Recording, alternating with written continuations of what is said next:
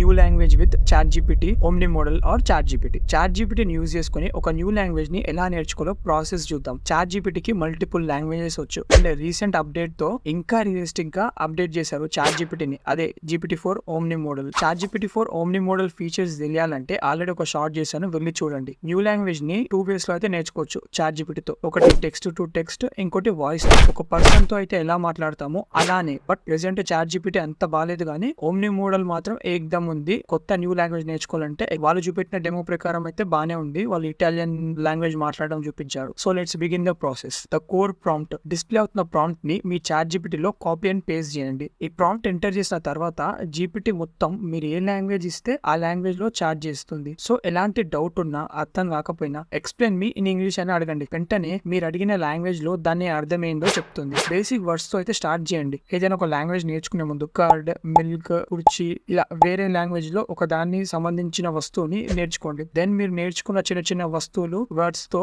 జీపీటీని ఒక full sentence అడగండి. Like ఒక 4 to 6 వర్డ్స్ ఉన్న సెంటెన్స్ ని. ఎగ్జాంపుల్, షాప్ కి వెళ్ళి కర్డ్ తీసుకొని రండి, ఇది నా సెంటెన్స్, దీన్ని తమిళ్లో ఎలా అంటారో నేర్చుకుంటా. దెన్ ఇలా మినిమం వర్డ్స్ ని తో ప్రాక్టీస్ చేస్తే బెస్ట్. తర్వాత ఆ లాంగ్వేజ్ లోని బిట్స్, రీల్స్ ఎట్సెట్రా చూస్తే ఆ లాంగ్వేజ్ లో 100% మాట్లాడడం వస్తుందని మాత్రం అయితే గ్యారెంటీ ఇవ్వలేను. సో నెక్స్ట్ వీడియోలో ఎలాంటి ఏ వీడియోస్ కావాలో కామెంట్ చేయండి. మా కాంటెంట్ యూస్ఫుల్ అనిపిస్తే సబ్స్క్రైబ్ చేసుకుని లైక్ చేసి మీ ఫ్రెండ్స్ తో షేర్ చేయండి. ఎవరైతే న్యూ లాంగ్వేజ్ నేర్చుకోవాలనుకుంటున్నారో AI యూజ్ చేసుకుని. So maximum GPT-4 omni model ని గట్టిగా వాడండి. మంచి అవుట్పుట్ రిజల్ట్స్ అయితే వస్తాయి.